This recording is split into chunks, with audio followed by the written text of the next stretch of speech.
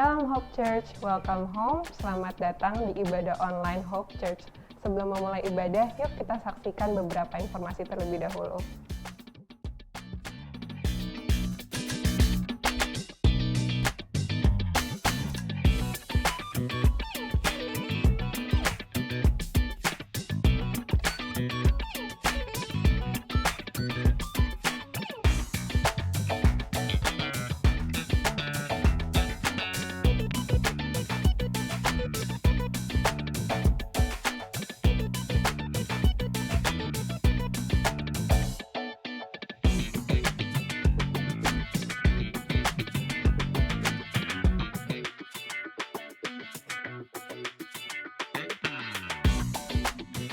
Bagi saudara-saudari yang ingin memberikan e-giving atau persembahan, bisa scan QR Code atau nomor rekening yang ada di layar.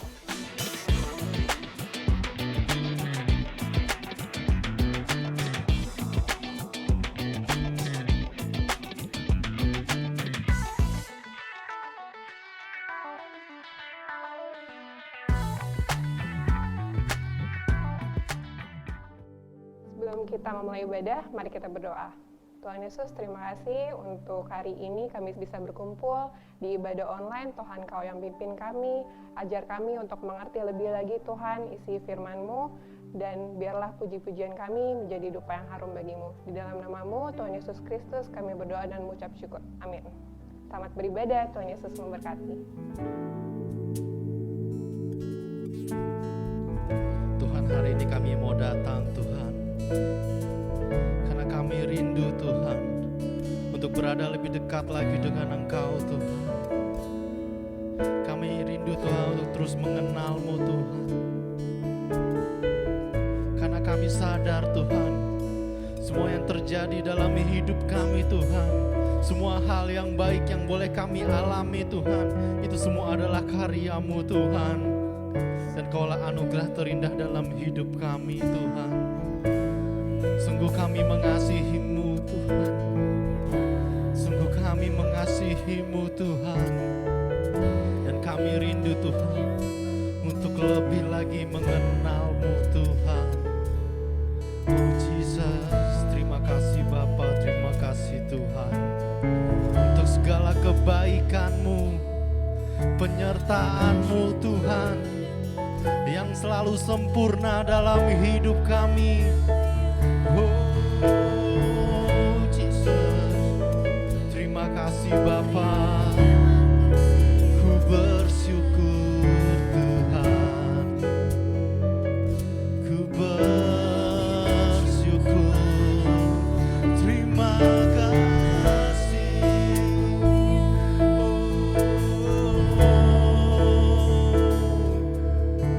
Kaulah yang layak Tuhan. Haleluya.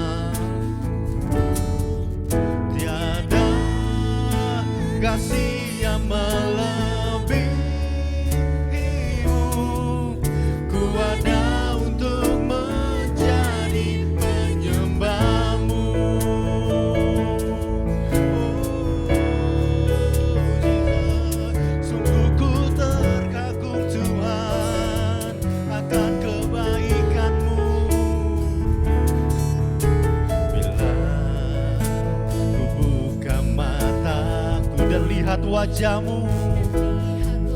Sungguh ku terkagum Tuhan, ku terkagum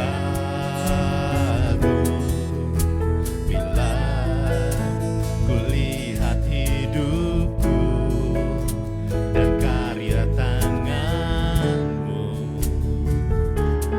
Ku tersanjung karena semua yang baik dalam hidupku.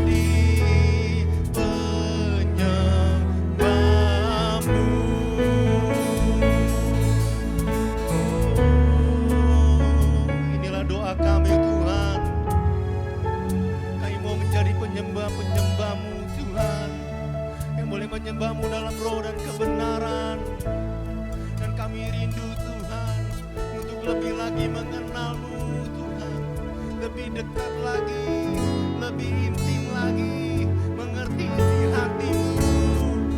Oh Jesus, terima kasih Bapa, terima kasih Tuhan untuk semua kesempatan yang boleh Kau berikan bagi kami Tuhan, karya-Mu yang indah dalam hidup kami Tuhan. Terima kasih Bapa, terima kasih Tuhan, terima kasih Tuhan. Inilah kerinduan kami Tuhan, untuk lebih lagi mengenal-Mu Tuhan. Oleh karena itu Tuhan, Kau berkati Pastor Nathan Tuhan. Berkati Tuhan, berkati Tuhan, urapi Pastor Nathan Tuhan. Kau berikan hikmat-Mu, berikan kekuatan Tuhan. Kau yang terus menopang Tuhan. Biar Pastor Nathan Tuhan boleh terus membawa kami lebih dekat dengan Kau. Bahwa kami lebih lagi mengenal-Mu Tuhan, lewat kebenaran firman-Mu yang boleh disampaikan Tuhan. Terima kasih Bapa, terima kasih Tuhan Yesus Kristus Tuhan. Kami siap untuk mendengarkan kebenaran firman-Mu, dan kami sudah berdoa dan mengucap syukur. Haleluya, amin.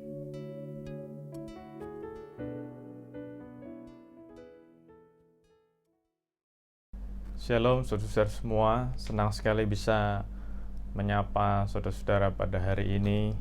Walaupun kita masih menyapa lewat layar kita masing-masing, kita berjumpa lewat layar kita masing-masing, tapi saya percaya kita semua mengalami kasih karunia Tuhan. Dan saya rasa nggak ada salahnya, belum terlambat juga kalau pada kesempatan ini saya juga mengucapkan selamat tahun baru. Dan bahkan bila ada yang belum saya selamati, selamat Natal. Kesempatan ini saya juga mau mengucapkan selamat Natal dan selamat tahun baru. Dan harapan kita di tahun yang baru ini kita boleh semakin melekat sama Tuhan, semakin sungguh-sungguh sama Tuhan, hidup kita semakin benar di hadapan Tuhan. Kita akan masuk dalam firman Tuhan. Beberapa waktu lalu saya sudah menyampaikan sebuah tema firman Tuhan dengan judul Power of Listening. Dan hari ini secara khusus saya mau sharing tentang Power of Speaking. Kalau waktu itu listening, menggunakan telinga, saya mau hari ini kita sama-sama belajar Power of Speaking, menggunakan mulut kita. Kita lihat ayatnya dulu, 1 Petrus 3 ayat 10.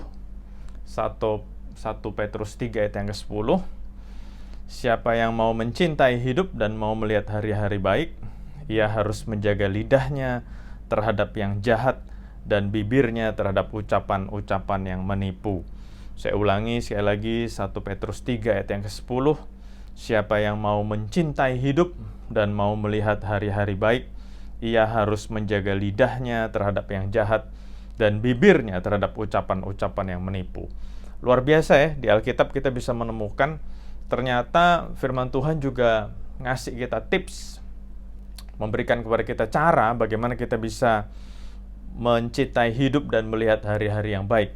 Kalau saudara-saudara punya Alkitab terjemahan bahasa Inggris dalam New Living Translation, NLT, saya ajak kita boleh lihat sebentar dalam NLT. Saya suka terjemahannya. For the scripture says, if you want to enjoy life and see many happy days. Di sini dikatakan if you want to enjoy life. Kalau kita mau menikmati hidup dan see many happy days, dan melihat banyak hari yang gembira, hari bahagia dalam hidup kita. Dan luar biasa, firman Tuhan hari ini mengatakan kepada kita kalau kita mau menikmati hidup, mencintai hidup, melihat hari-hari bahagia dalam hidup kita, poin nomor satunya Tuhan berkata kita harus punya kemampuan untuk menjaga lidah kita. Keep your tongue from speaking evil and your lips from telling lies. Tuhan mengatakan kepada kita kalau kita mau melihat hari-hari yang baik, kalau kita mau menikmati hidup ini, luar biasa. Nomor satunya Tuhan berkata kepada kita, kita harus mampu menjaga lidah kita. Kita harus mampu menjaga bibir kita, mulut kita. Kita harus mampu menguasai bibir dan lidah kita, sehingga apapun yang kita sampaikan bukan hal-hal yang jahat, bukan hal-hal yang tidak benar, bukan hal-hal yang menipu. Dan saya percaya firman Tuhan yang kita sama-sama belajar hari ini bukan cuma bicara tentang mulut atau lidah atau bibir, tapi juga kalau di zaman ini aplikasinya bicara lewat jari-jari kita. Apapun yang kita ketik, apapun yang kita share di sosial media, baik itu WhatsApp, Instagram, dan macam-macam, kita harus sungguh hati-hati. Karena saya percaya kalau saudara aktif baca berita, bahkan bergaul, kita ngobrol dengan teman-teman kita bisa melihat begitu banyak orang hari-hari ini menemui begitu banyak masalah, bahkan nggak sedikit yang dipenjara hanya karena salah ngomong, hanya karena tidak bisa mengontrol apa yang dipost di sosial media. Nah, kalau begitu firman Tuhan terbukti kan, kalau kita menjadi orang-orang yang tidak bisa menguasai apapun yang kita ucapkan, bahkan yang kita post di sosial media, bagaimana kita bisa menikmati hidup, bagaimana kita bisa melihat hari-hari yang baik. Nah, jadi firman Tuhan ya dan amin, dari dulu sekarang sampai selama-lamanya selalu applicable, selalu relevan. Kalau kita mau menjadi orang yang berbahagia, kalau kita mau menjadi orang yang bisa menikmati hidup, nomor satunya Tuhan berkata, jaga mulut kita, jaga bibir kita, jaga ucapan kita, omongan kita, jaga dari jari kita mengetik hal-hal yang tidak benar, yang tidak baik.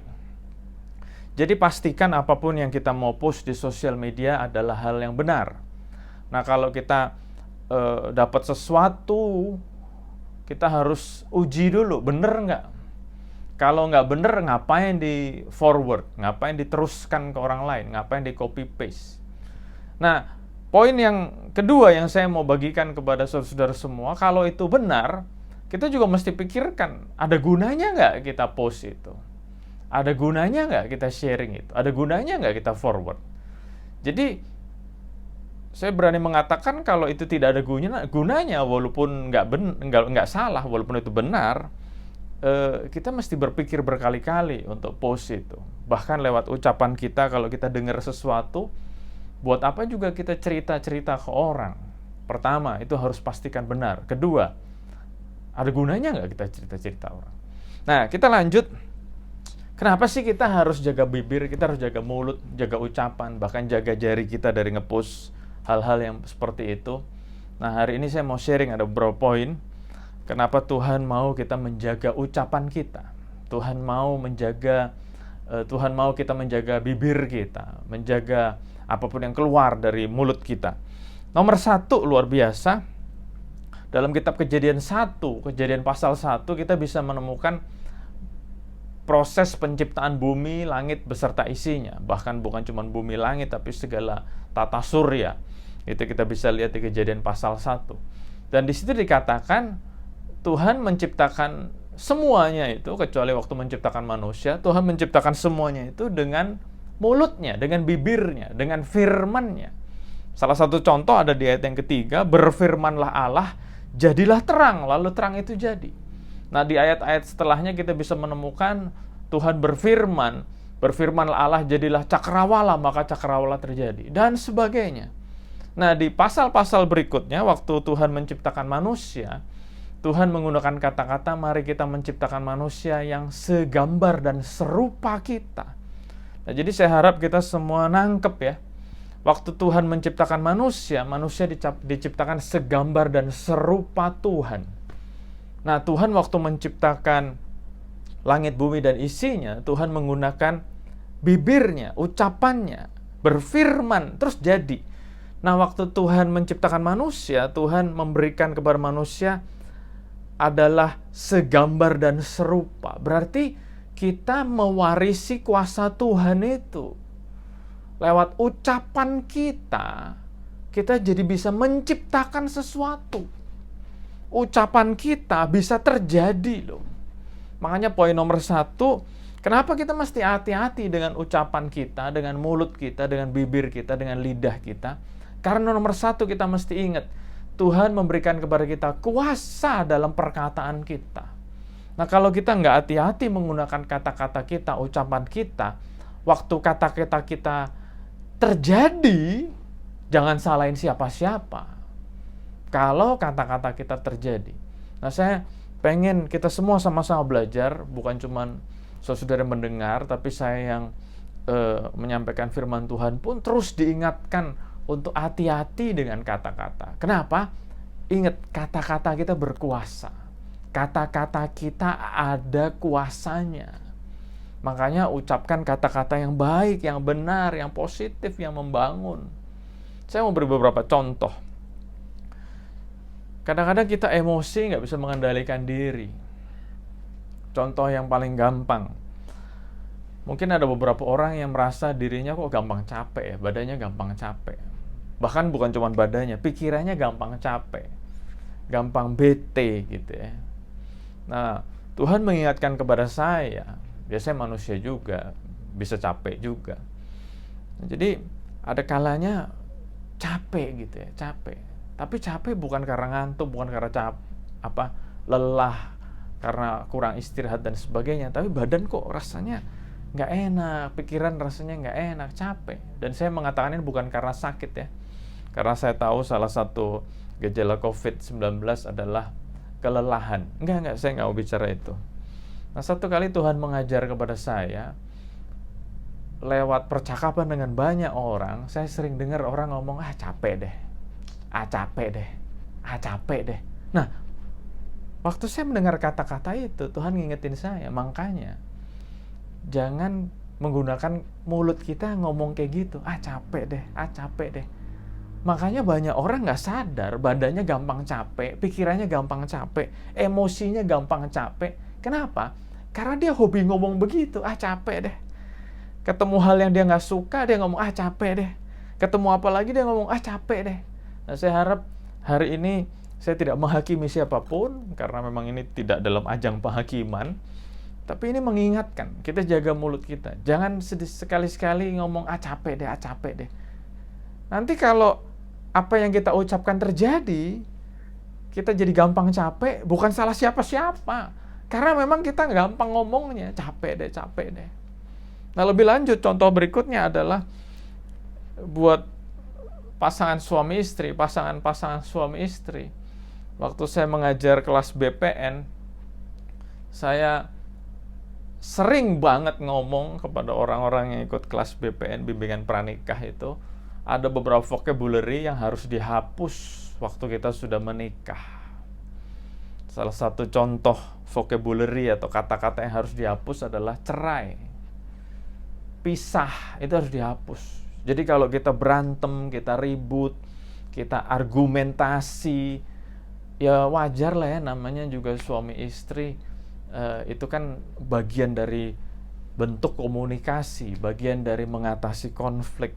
Nah, tapi ada kata-kata yang harus dihapus. Nggak boleh tuh ngomong, udahlah cerai aja lah.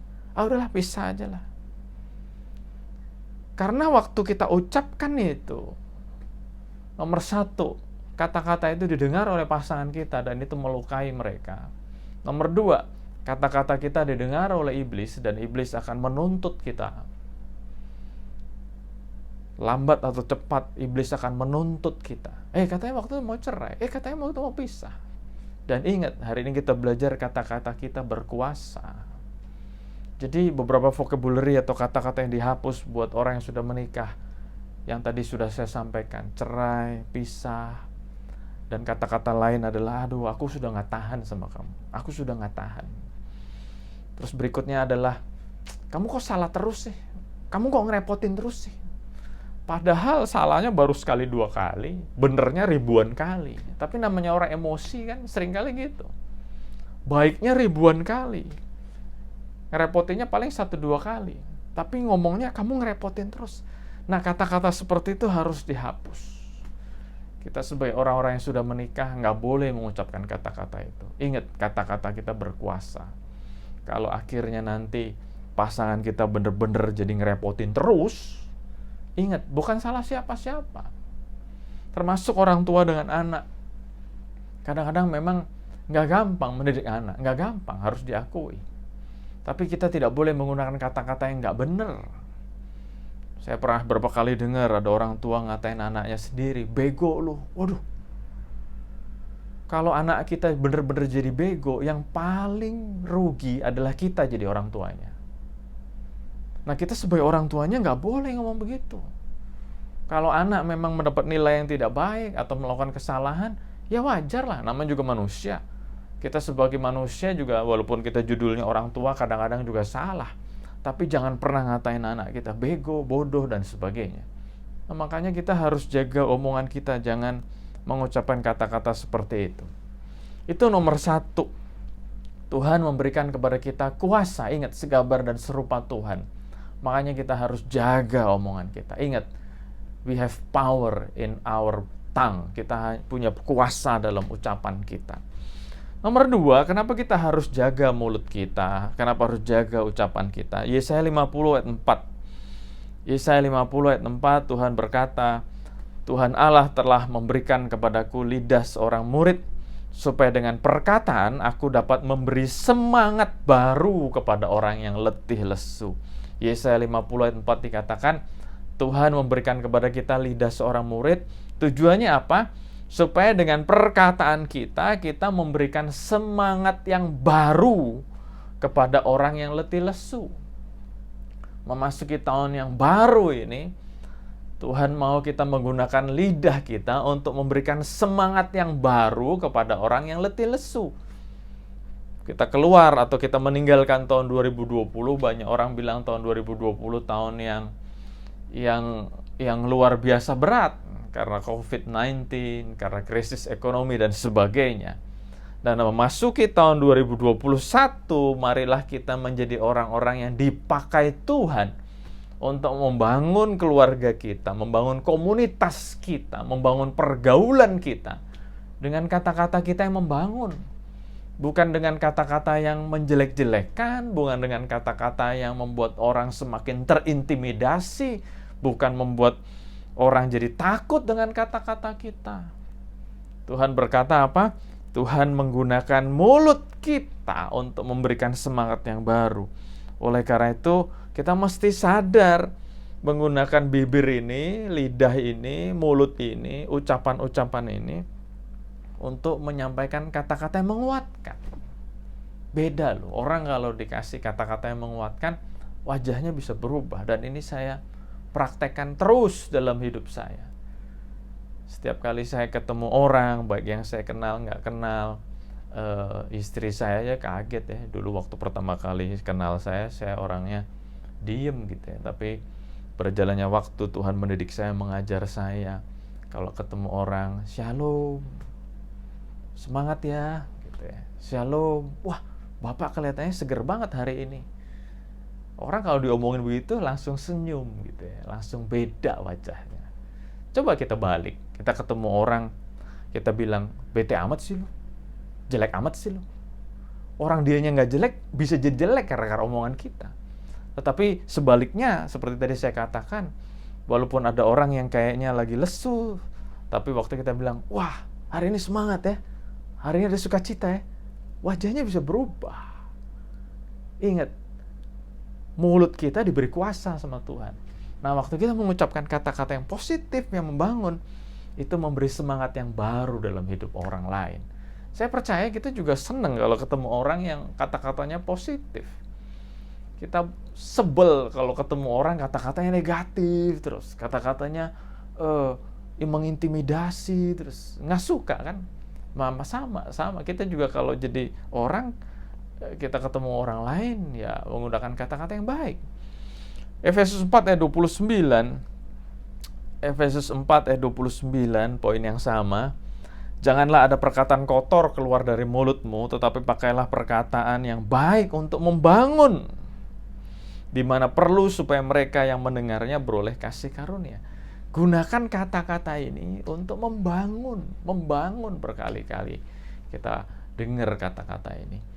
Gunakan kata-kata ini, gunakan ucapan ini, gunakan bibir ini, gunakan mulut ini, bahkan gunakan tangan kita untuk mengetik hal-hal yang membangun. Kalau saudara boleh lihat akun IG saya membiasakan menyampaikan kata-kata yang membangun. Ngepost kata-kata yang membangun, bukan kata-kata yang membuat orang takut.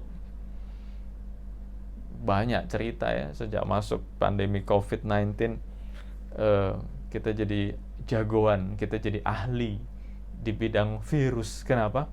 Karena banyak orang ngepost di sosial media, di grup WA, grup Telegram tentang COVID. Jadi kita jadi tambah ngerti, tambah ahli.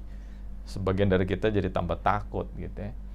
Ya nggak salah sih, cuman mestinya kita imbangi dengan kata-kata yang menguatkan, kata-kata yang membangun, bukan kata-kata yang bikin orang tambah takut.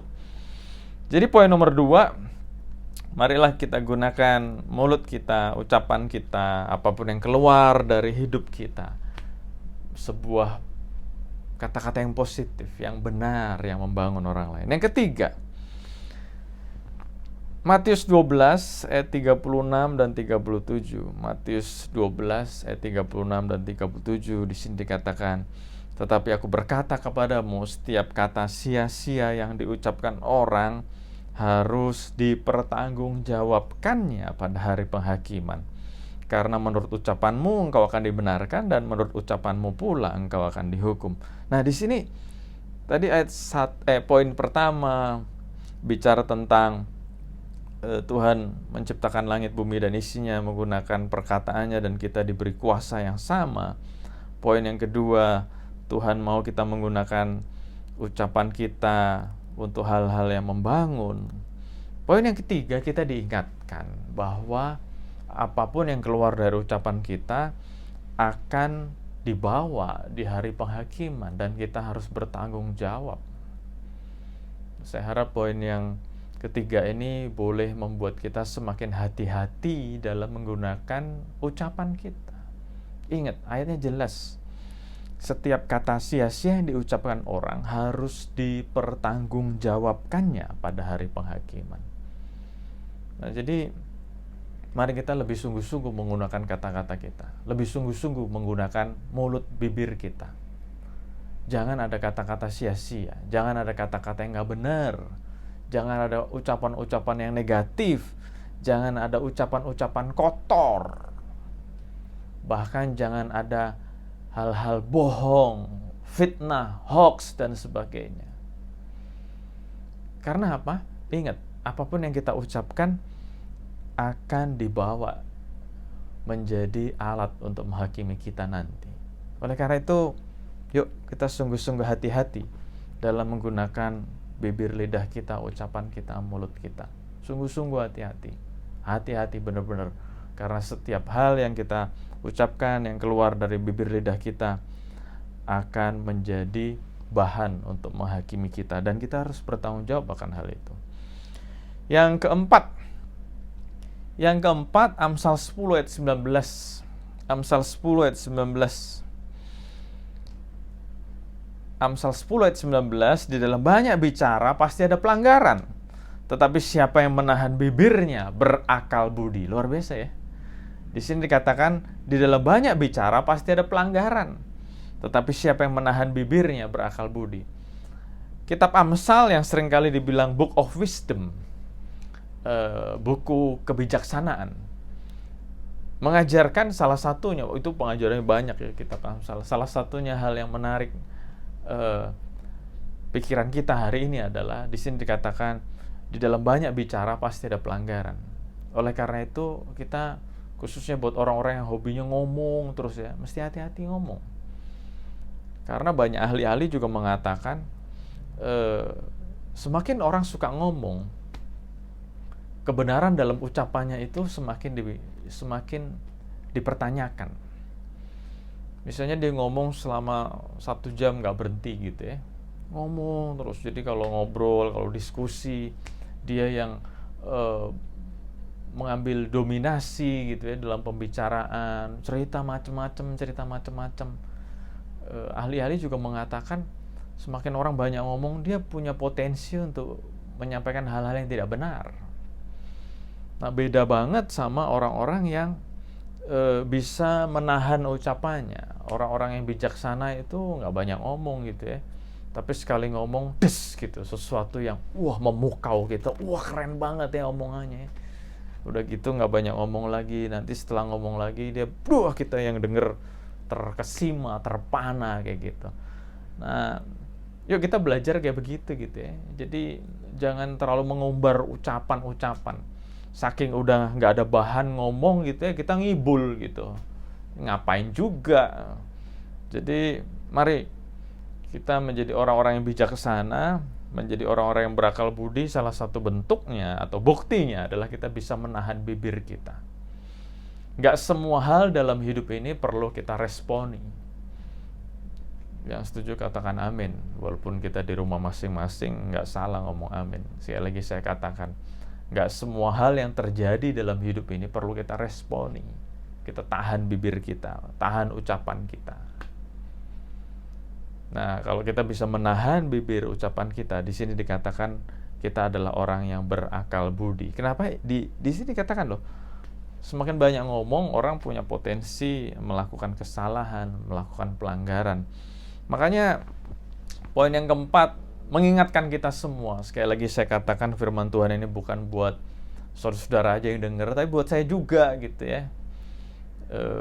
Saya berguru, saya dimentor oleh banyak hamba-hamba Tuhan yang senior, dan waktu saya baru memulai pelayanan sebagai pengkhotbah sampai sekarang saya masih ingat ada salah seorang hamba Tuhan yang senior berkata, ingat ya, kalau ngasih ilustrasi nggak usah ngibul, nggak usah bohong.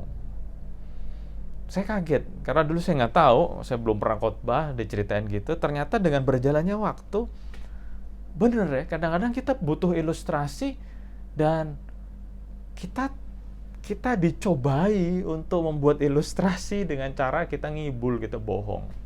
Nah, saya bersyukur sebelum memulai pelayanan, Tuhan sudah mengirim seorang mentor yang ngasih tahu sama saya, jangan ngibul, jangan bohong, nggak usah bikin cerita-cerita yang aneh-aneh. Nah, ternyata urusan hal seperti ini juga bisa terjadi dalam kalangan pengkhotbah atau pendeta atau hamba Tuhan. Mari kita belajar menyampaikan kebenaran dimanapun, kapanpun.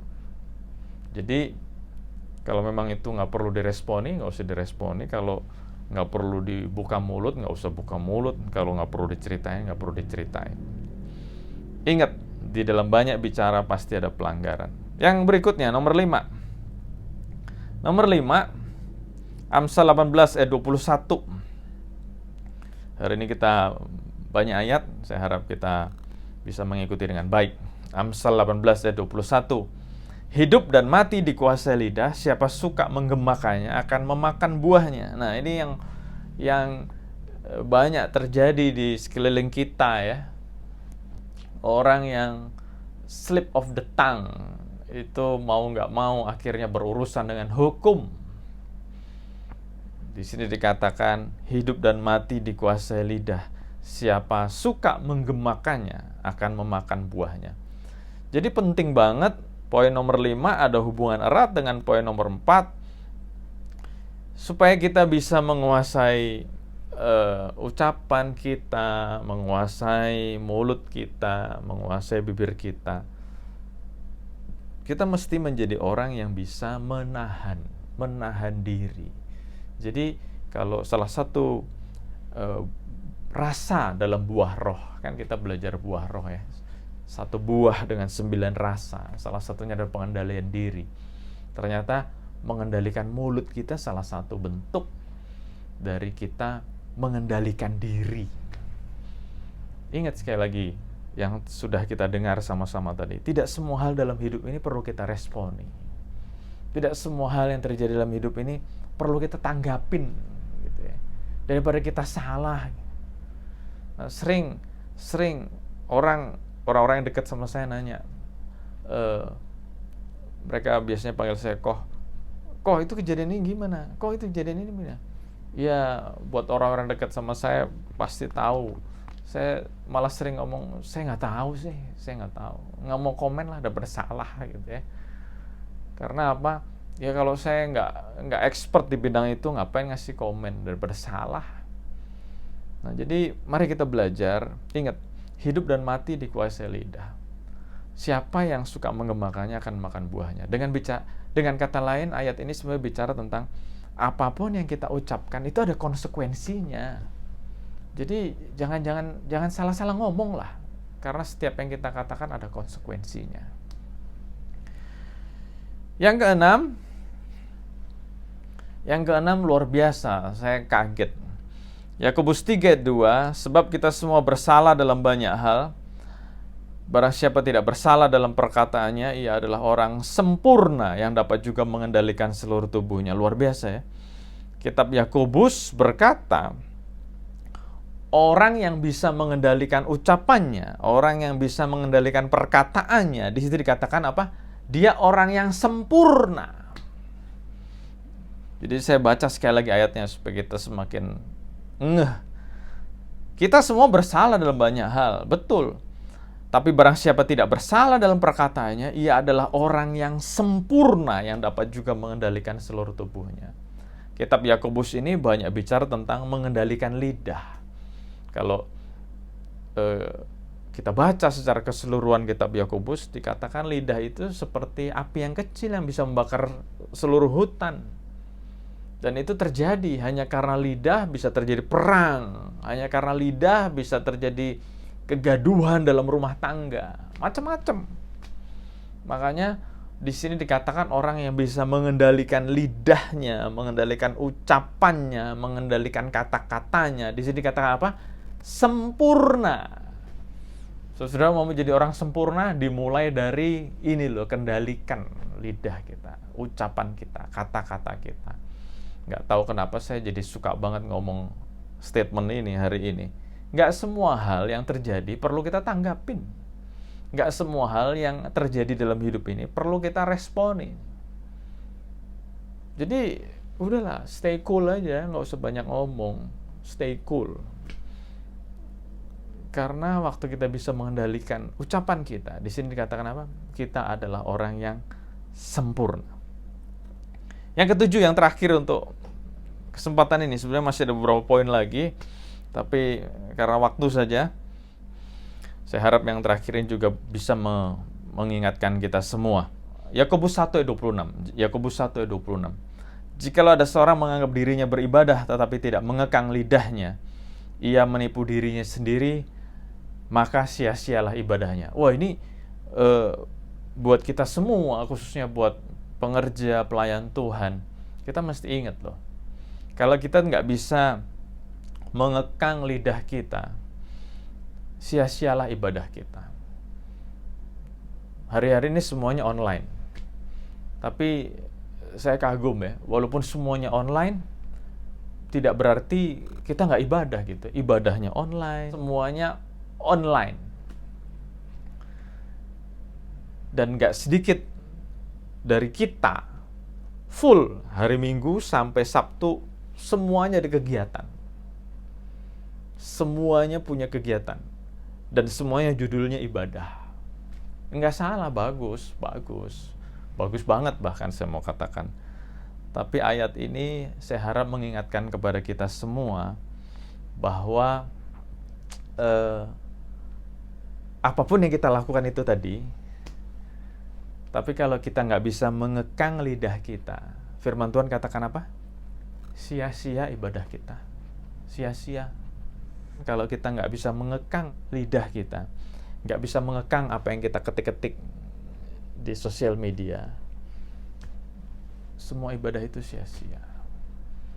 So, saudara, supaya ibadah kita menjadi ibadah yang menyenangkan hati Tuhan, ibadah kita menjadi sesuatu yang berbau harum buat Tuhan, ternyata Tuhan juga menghubungkannya dengan kita bisa mengekang lidah kita, mengendalikan, menguasai lidah kita.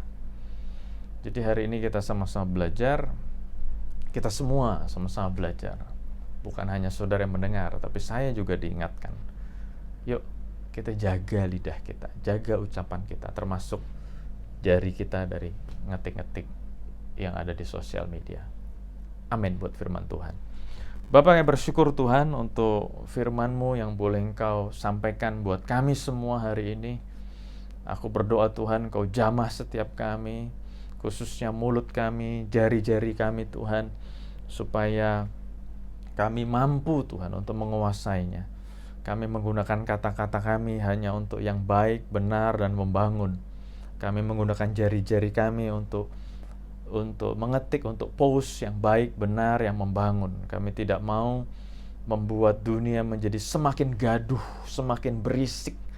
Tetapi sebaliknya lewat kata-kata, ucapan, bahkan posting-posting kami, Dunia boleh merasakan keteduhan, merasakan damai sejahtera.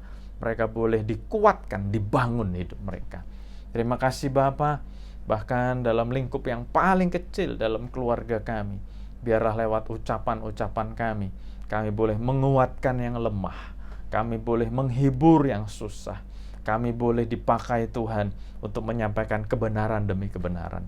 Terima kasih Bapa, kami bersyukur untuk hari ini. Biar Engkau sendiri yang menjamah setiap kami, menguatkan, meneguhkan setiap kami. Terima kasih Bapa, kami bersyukur. Dan sesudah dikasih Tuhan, terimalah berkat yang berlimpah-limpah dari Allah Bapa kita, kasih sayang, anugerah dari Tuhan kita Yesus Kristus, dan persekutuan dengan Roh Kudus yang terus memimpin, menguatkan, meneguhkan kita, ada selalu bersama dengan kita mulai saat sekarang ini, bahkan sampai selama-lamanya. Dan kita yang diberkati Tuhan sama-sama katakan, amin, amin. Tuhan Yesus berkati kita semua.